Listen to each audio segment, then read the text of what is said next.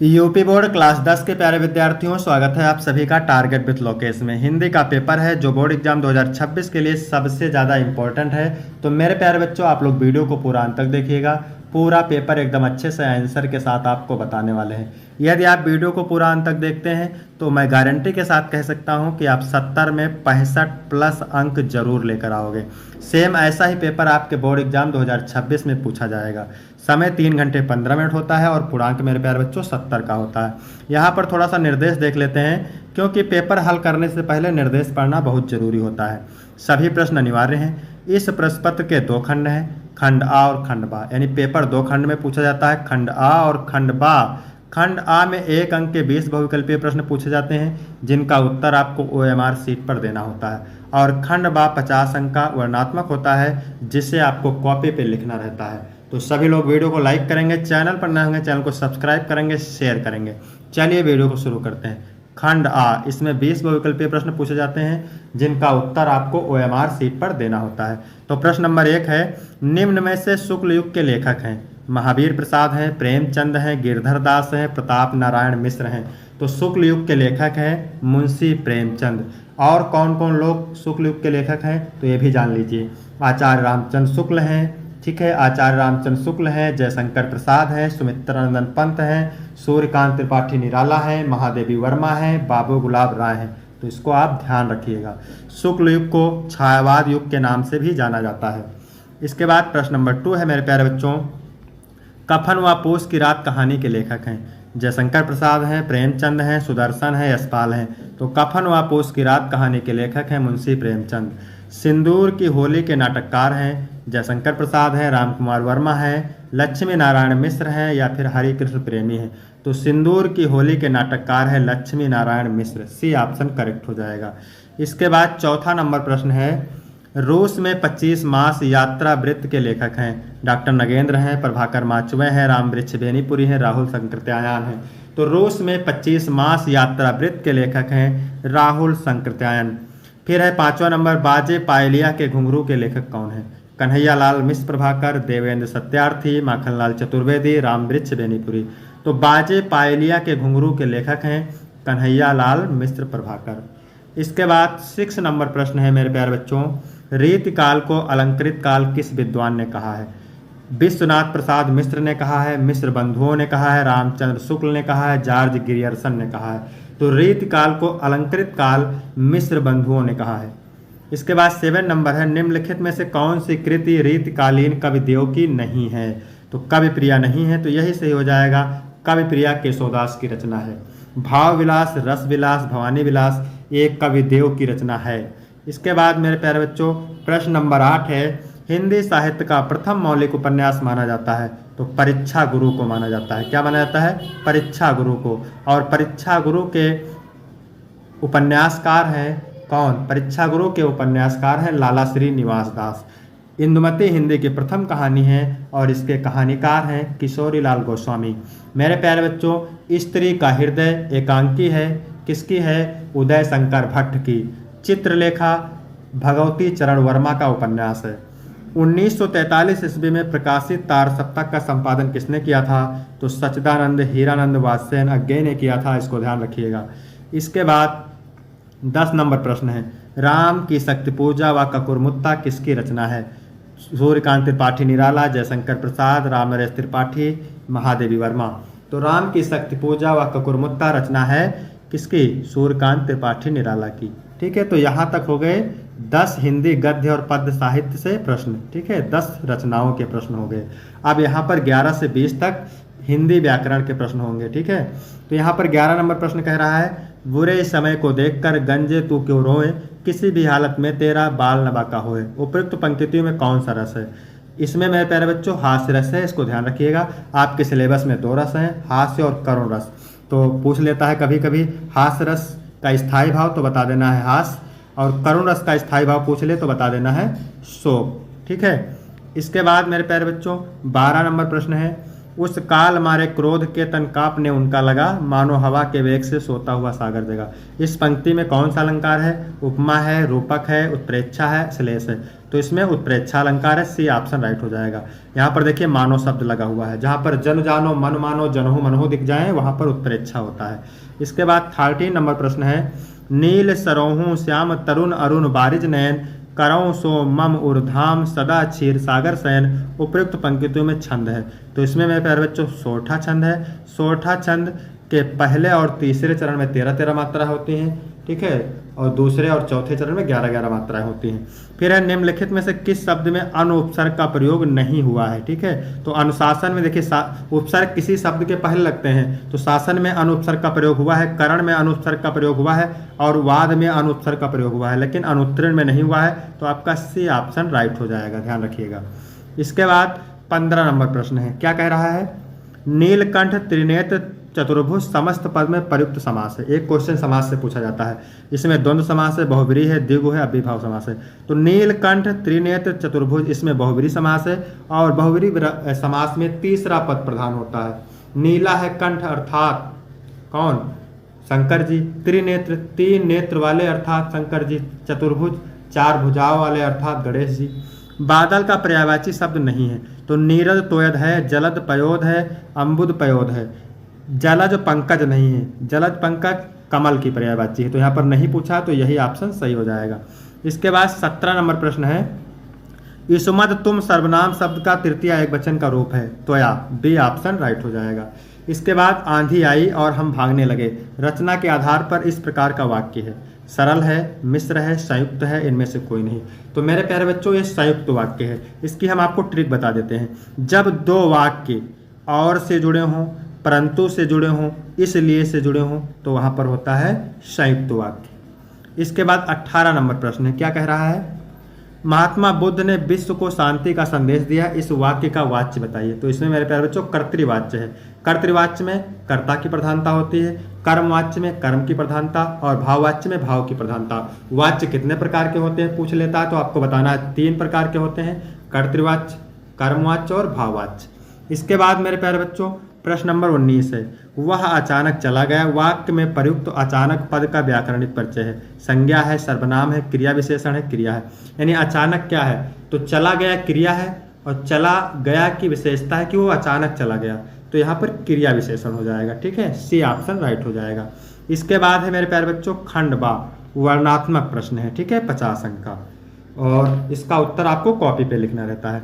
तो प्रश्न नंबर 1 क्या कह रहा है, निम्नलिखित में से किसी एक गद्यांश पर आधारित सभी प्रश्नों के उत्तर दीजिए। ये 6 अंक का होता है। गद्यांश के नीचे 3 प्रश्न होते हैं 2-2 अंक के।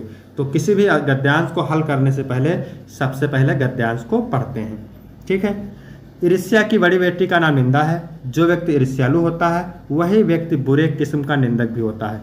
दूसरों की निंदा वह इसलिए करता है कि इस प्रकार दूसरे लोग जनता अथवा मित्रों की आंखों में गिर जाएंगे और तब जो स्थान रिक्त होगा उस पर हम अनायास मैं ही बैठा दिया जाऊंगा, ठीक है। तो ये किस चैप्टर से लिया गया है, देखिए यहाँ पर ईर्ष्या शब्द मिल गया, ठीक है। जहाँ पर ईर्ष्या शब्द मिल जाए, ईर्ष्या की बात हो, निंदा की बात हो, निंदा शब्द मिल जाए, तो वहाँ पर समझ जाइएगा कि ईर्ष्या तू ना गई मेरे मन से नामक निबंध से लिया गया है। तो पहला क्वेश्चन यही पूछेगा सेम, उपयुक्त गद्यांश का संदर्भ लिखिए। संदर्भ कैसे लिखना है यहाँ पर आप देख सकते हैं। प्रस्तुत गद्यांश हमारी पाठ्यपुस्तक हिंदी गद्य के ईर्ष्या तू ना गई मेरे मन से नामक निबंध से अवतरित है। इसके लेखक रामधारी सिंह दिनकर जी हैं। पाठ का नाम और लेखक का नाम हाईलाइट कर देंगे, आपको इसके लिए 2 अंक मिलेंगे। दूसरा क्वेश्चन सेम ऐसे पूछेगा, गद्यांश के रेखांकित अंश की व्याख्या कीजिए। व्याख्या किसकी करना है, जिसकी रेखा खींची हुई है, यानी यहाँ से लेकर के यहाँ तक। ईर्ष्या की बड़ी बेटी का नाम निंदा है। जो व्यक्ति ईर्ष्यालु होता है वही व्यक्ति बुरे किस्म का निंदक भी होता है। तो चलिए देखते हैं इसकी व्याख्या कैसे लिखना है। दिनकर जी का मत है, यानी दिनकर जी का कहना है कि जैसे ही हमारे मन में ईर्ष्या की भावना जन्म लेती है वैसे ही निंदा की भावना भी उत्पन्न हो जाती है। इसलिए निंदा को ईर्ष्या की बड़ी बेटी अथवा पहली संतान कहा गया है। जो व्यक्ति किसी के प्रति ईर्ष्यालु होता है वह अत्यंत बढ़ा चढ़ाकर उसकी बुराई करता है। फिर मेरे प्यारे बच्चों यहाँ तीसरा प्रश्न आसानी से आपको पैराग्राफ में मिल जाएगा। ईर्ष्या की बड़ी बेटी का नाम क्या है, तो आपने अभी पैराग्राफ पढ़ा था, क्या पढ़ा था देख लीजिए, यहाँ पे लिखा हुआ है ईर्ष्या की बड़ी बेटी का नाम निंदा है, ठीक है। तो आपको सीधा सीधा लिख देना है, कोई दिक्कत वाली बात नहीं। अथवा करके 2 पूछता है, आपको 1 करना रहता है, आप चूज कर सकते हैं, ऊपर वाला करते हैं फिर नीचे वाला करते हैं। यहाँ पर देखिए कुसंग का ज्वर सबसे भयानक होता है। यह केवल नीति और सद्वृत्ति का नाश नहीं करता बल्कि बुद्धि का भी क्षय करता है।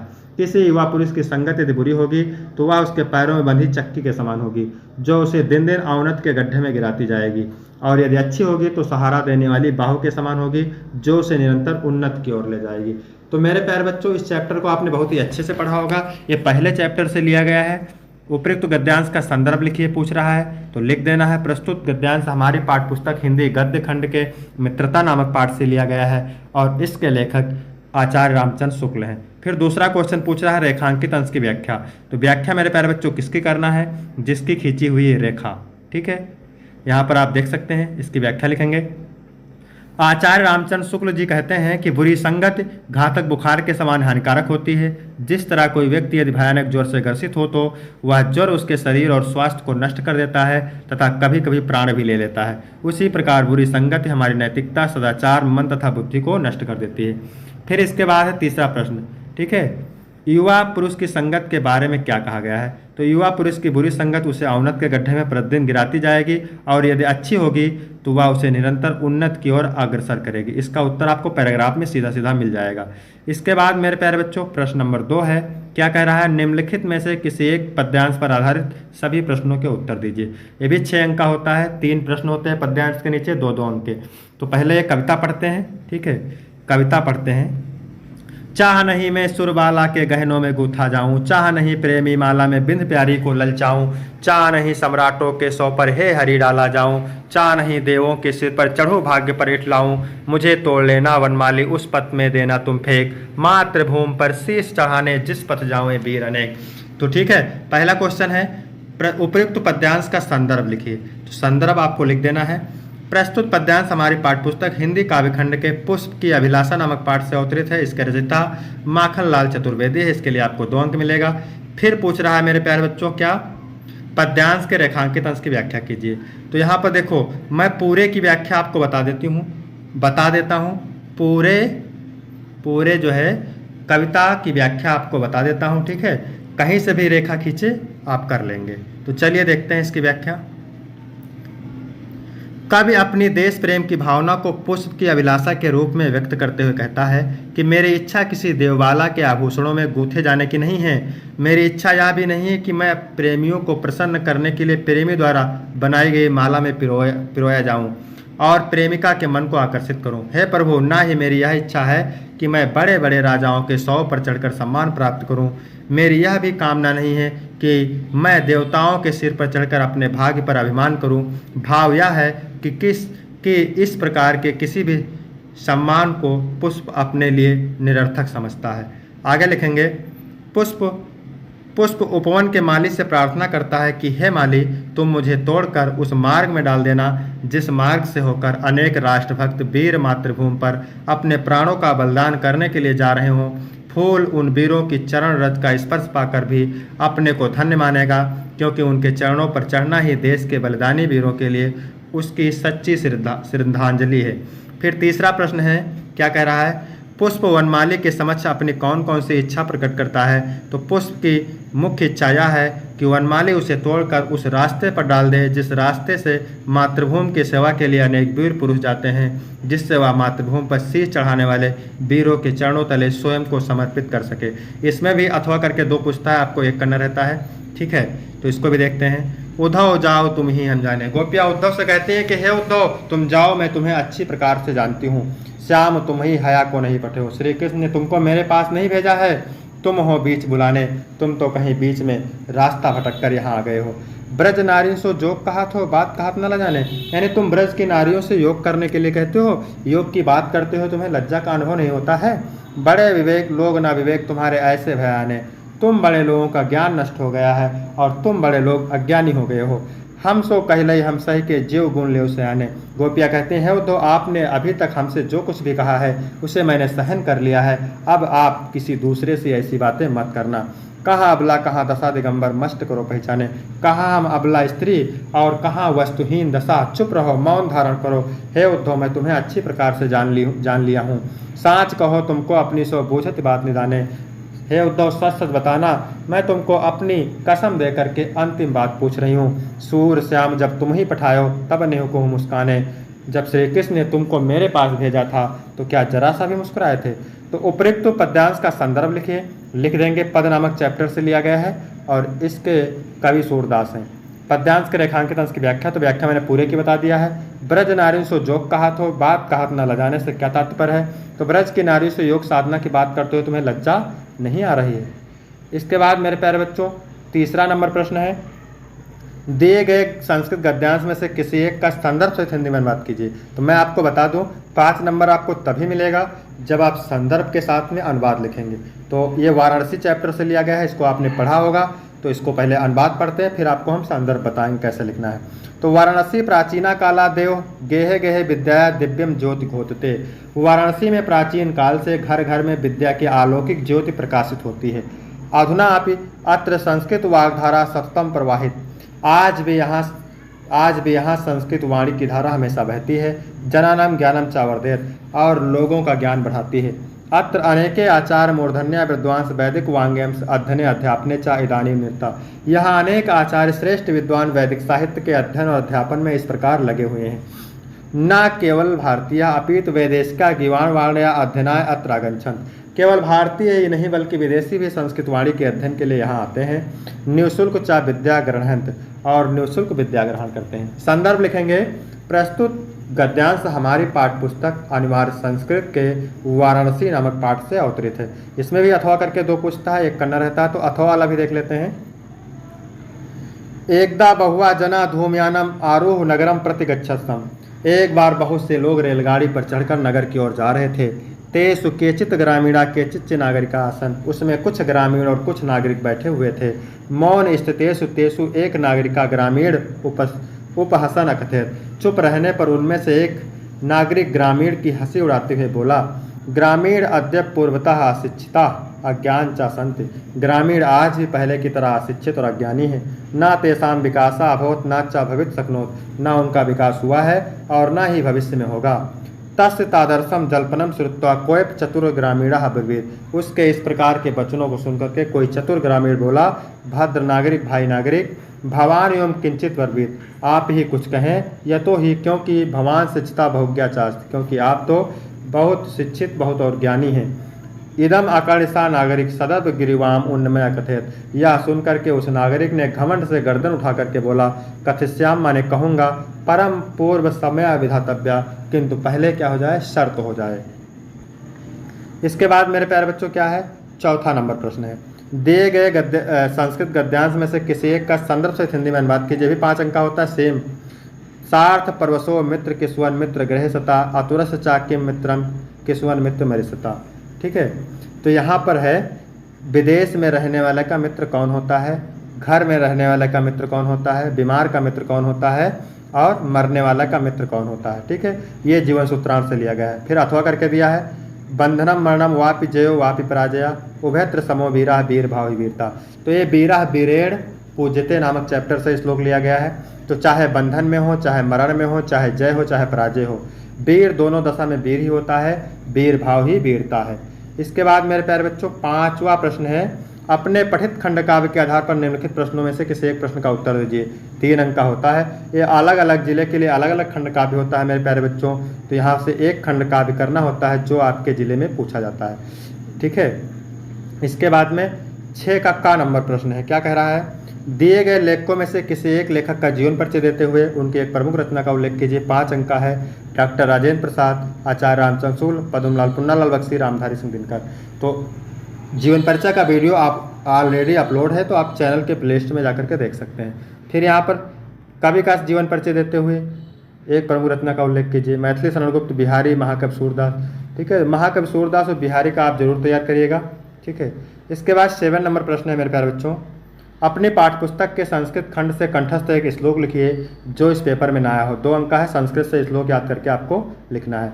फिर मेरे प्यारे बच्चों क्या कह रहा है, 8वां नंबर प्रश्न, आपके विद्यालय के पुस्तकालय में हिंदी की पुस्तकों एवं पत्र पत्रिकाओं का अभाव है, इन्हें मंगवाने का अनुरोध करते हुए अपने विद्यालय के प्रधानाचार्य को पत्र लिखिए। ठीक है, अथवा करके दिया, अखिल भारतीय विवाद प्रतियोगिता में प्रथम पुरस्कार विजेता मित्र को एक बधाई पत्र लिखिए। 4 अंक का पूछा जाता है। एप्लीकेशन यानी प्रार्थना पत्र का वीडियो ऑलरेडी चैनल पर अपलोड है, तो आप जाके देख सकते हैं। इसके बाद मेरे प्यारे बच्चों 9 नंबर प्रश्न है, निम्नलिखित में से किन्हीं दो प्रश्नों के उत्तर दीजिए। दो प्रश्नों के उत्तर देना है, 2 अंक के होते हैं। चंद्रशेखर का आसीत, चंद्रशेखर एका देशभक्त आसीत, बीरा केन पूजते, बीरा वीरेण पूजते, वाराणसी नगरी कस्य नद्या कूले स्थिता, तो वाराणसी नगरी गंगाया नद्या कूले स्थिता, ज्ञान कुत्र संभवत, ज्ञान सर्वत्र संभवत। इसके बाद मेरे प्यारे बच्चों 10 नंबर प्रश्न है, निम्नलिखित में से किसी एक विषय पर निबंध लिखिए, 7 अंक का होता है, यहाँ पर आप देख सकते हैं। तो वीडियो कैसा लगा, वीडियो अच्छा लगा हो तो वीडियो को लाइक करेंगे, चैनल को सब्सक्राइब करेंगे। फिर मिलते हैं आपको अगले वीडियो में, तब तक के लिए जय हिंद जय भारत।